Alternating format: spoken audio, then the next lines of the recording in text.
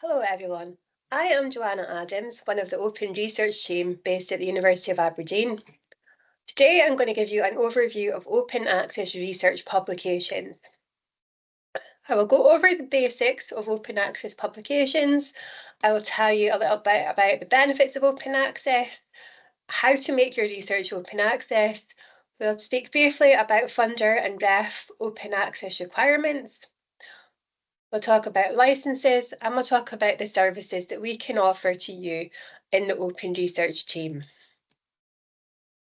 So first of all, open access means that digital literature, journal articles, books, chapters is freely available online for anyone to read under an open license without barriers.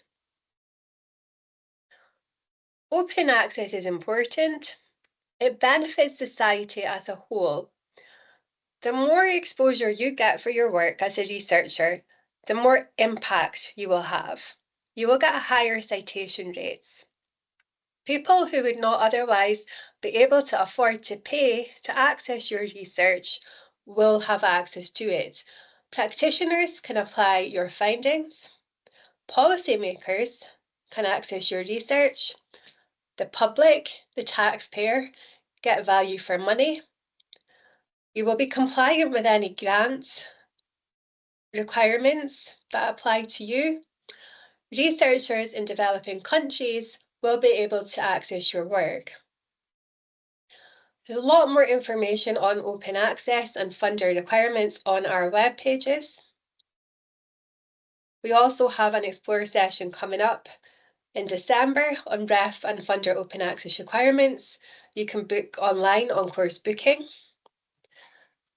We often refer to the colours of open access. Green open access is when you publish your article in a subscription journal. The university pays for their members to read that journal or other institutions. There is no charge for the author to publish. To make sure that people who don't have access to a subscription can still access the research, the author can deposit a version of the article in their institutional repository, which is Pure in Aura here at Aberdeen. The version that is deposited in the repository is usually the author's final draft. That would be a Word document or PDF, including corrections after peer review, but it's before the publisher formatting and logos has been applied. There is a mechanism called rights retention where the author applies a simple statement with their submissions to ensure that they can make their accepted manuscript open on publication without embargo and under. And I will tell you a little bit more about that in a moment. Today we are focusing on journal articles, but the same principles of open access apply to books and chapters. Gold open access is when you publish your article in either a fully open access journal or a subscription journal that has an option to pay to make selected articles open access. There is a cost to gold open access. Either the author pays an article processing charge, APC, or their institution may have an agreement with the publisher where the APC is paid for their researchers. The article is then published immediately online on the publisher website or platform for anyone to read without charge. An open license will be applied to the article, which allows sharing and reuse under set conditions, usually a Creative Commons license. Article processing charges can be very expensive. About £2,500 is average, but they can be as much as £10,000 for the highest APCs. This is unfair. Not everyone has that kind of money to pay for open access, and the costs are unsustainable for the institutions and funders. There has been a rise recently in diamond open access. Diamond open access is when you publish your article in a fully open access journal, so it's immediately available online, free for anyone to read without charge, and there's also no charge to the author because the publisher covers the publication costs. Usually that would be a university or a society press. This is a more sustainable and ethical model of publication, open to everyone. Here at the University of Aberdeen, we have agreements with around 20 publishers. They include all the big publishers like Elsevier, Springer Nature, Wiley, and others. These agreements mean that corresponding authors affiliated to the university can publish open access in participating journals at no cost, so that article processing charges are covered by the institution through the agreement. If you're publishing with these, it's important to note that not all of the agreements are the same. Some of them only include your subscription, hybrid journals, for example, Elsevier and Springer. If you want to publish in a fully open access title with these publishers, then you still need to pay an article processing charge. A discount will be applied, about 15%, but the author will need to find the funds to pay. Whether that is through your funder or your school, funds are limited. Other agreements include subscription and fully open access titles. That would be Wiley, Oxford University Press, Cambridge University Press, Taylor and Francis, and others. And that means almost all of the journals published by that publisher are covered by the agreement. They usually just apply to research type articles. Things like letters, opinion pieces, editorials are not covered by the agreements. Try and use your University of Aberdeen email address when you're publishing with these agreements, and you will be automatically identified as eligible for the agreement. So when you get to the production stage with your article, the publisher identifies you as the eligible responsible corresponding author and will offer you open access under the agreement. You may have a choice of Creative Commons license. We recommend that you choose the CC BY license. I'll tell you why about that in a moment. Generally, requests then for open access under the agreement are sent to the library for approval. All of these agreements are on our webpage, but if you have got any questions about them or you want to check if your journal is covered by an agreement, you can just get in touch with us, the Open Research email. We are aware that sometimes, particularly postgrad researchers, have left the university by the time they come to publish, and you're not sure whether your journal article will be covered by the agreement or not. Again, just contact us for advice and we will try and help. Now, we mentioned rights retention. Typically, when you publish, you hand over your rights to your article to the publisher when you sign the license to publish. Rights retention helps you to keep the rights to your accepted manuscript.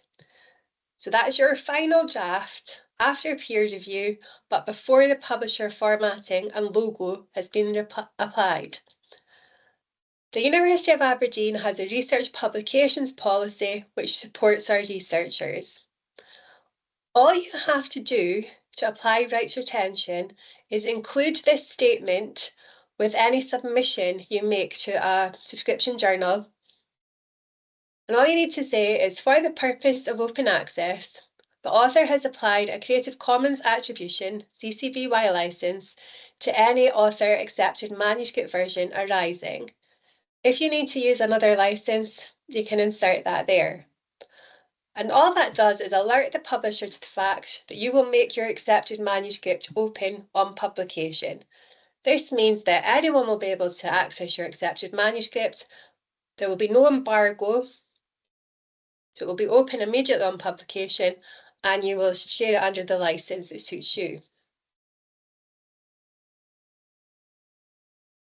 If you are not familiar with Creative Commons licenses, they are a suite of licenses that the author applies to their work, and they set out the terms and conditions of how the work can be shared and reused.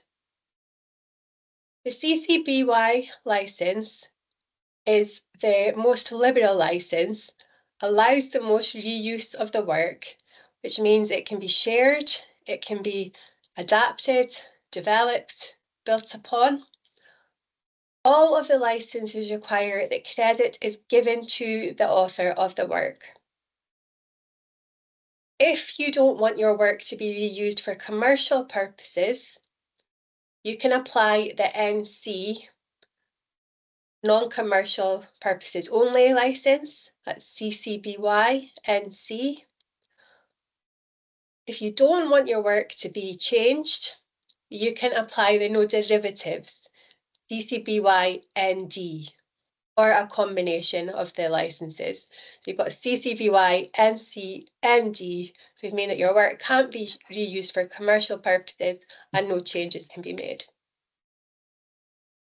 We recommend that you apply the CC BY license because it allows the most reuse, and that is the license usually mandated by funders.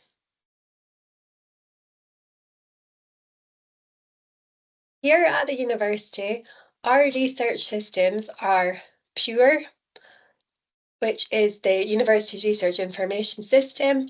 All of our research information is held in PURE. So not just your articles, publications, but also if you have attended a conference, if you've been given an award, if you've won a prize, if you've organised an event, also your grant information. And PURE works with other databases within the institution, for example, the HR database, student record database. So all of the university's research information is stored in PURE. It is open to staff and research postgraduates, not top postgrads.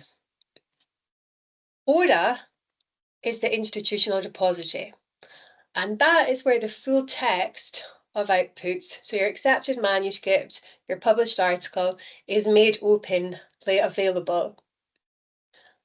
The information is entered into PURE, but the document is made open through ORA.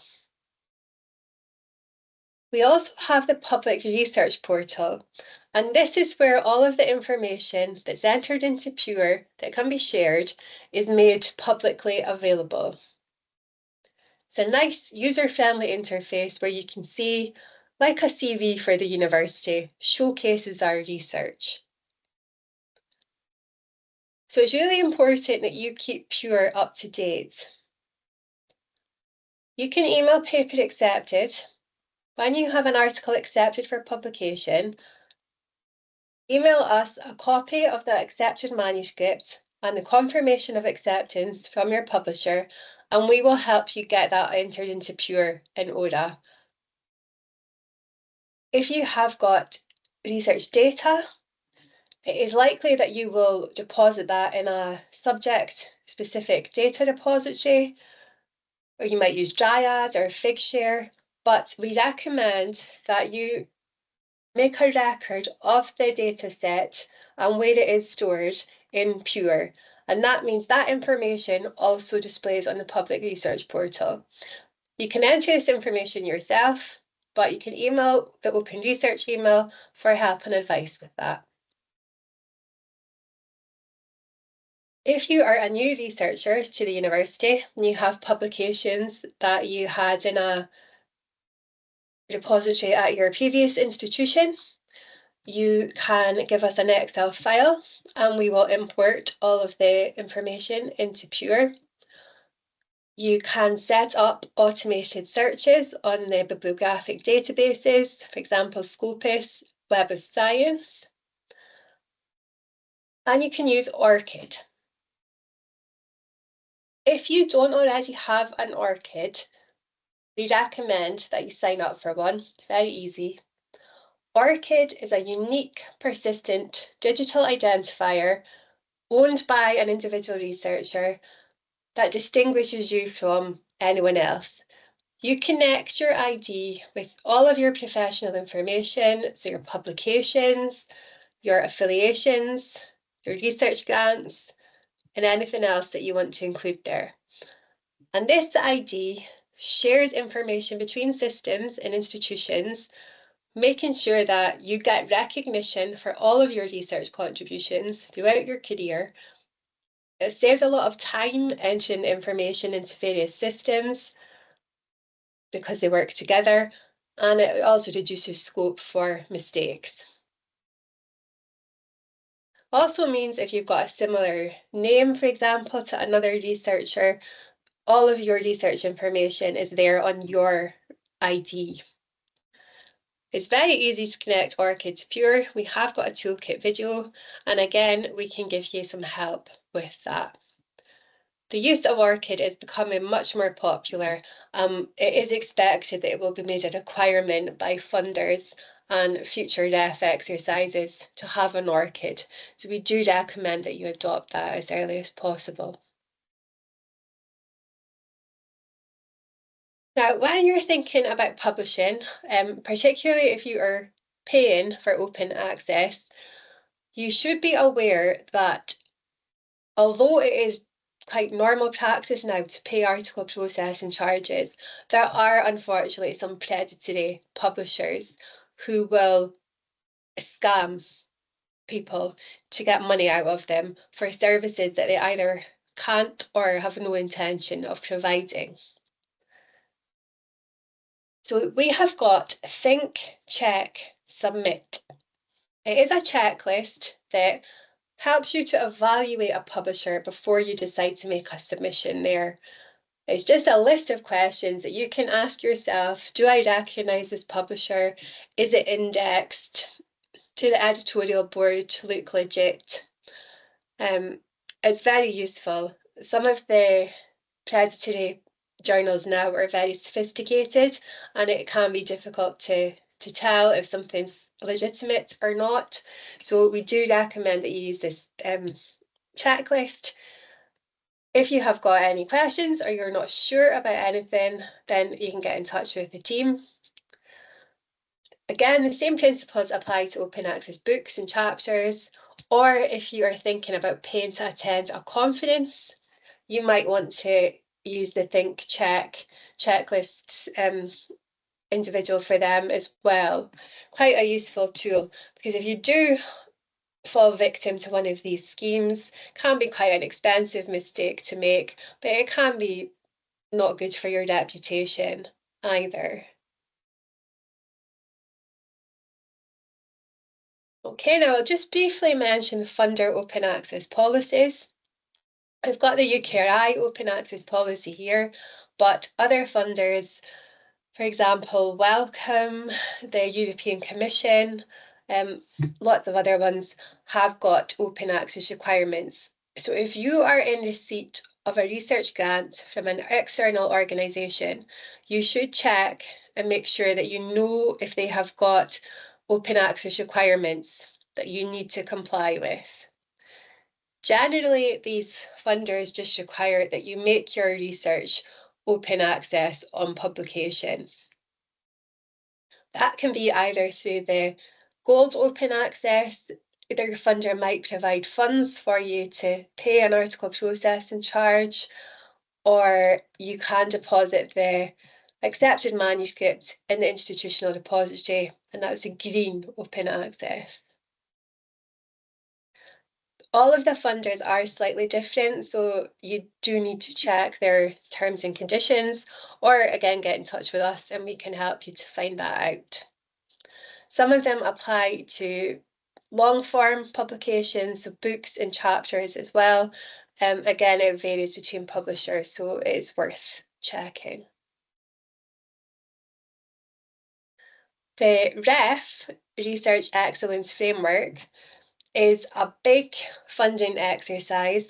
It takes place every 8 years or so.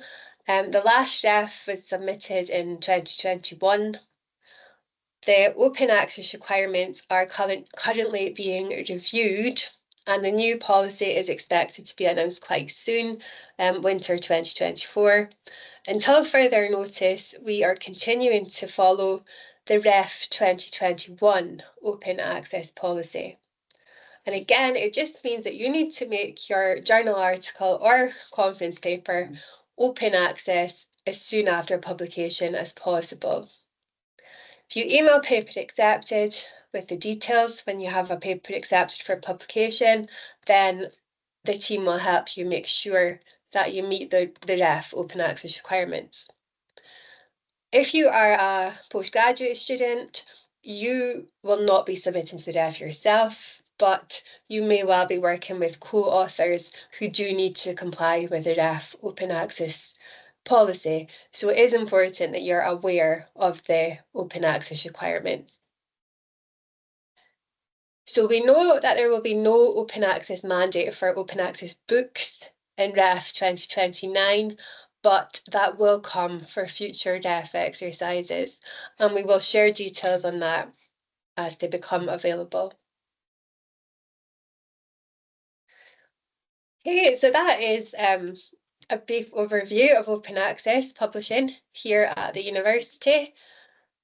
If anyone has got any questions, you can have a look at our webpage and our contact details are here. Okay, thank you for coming.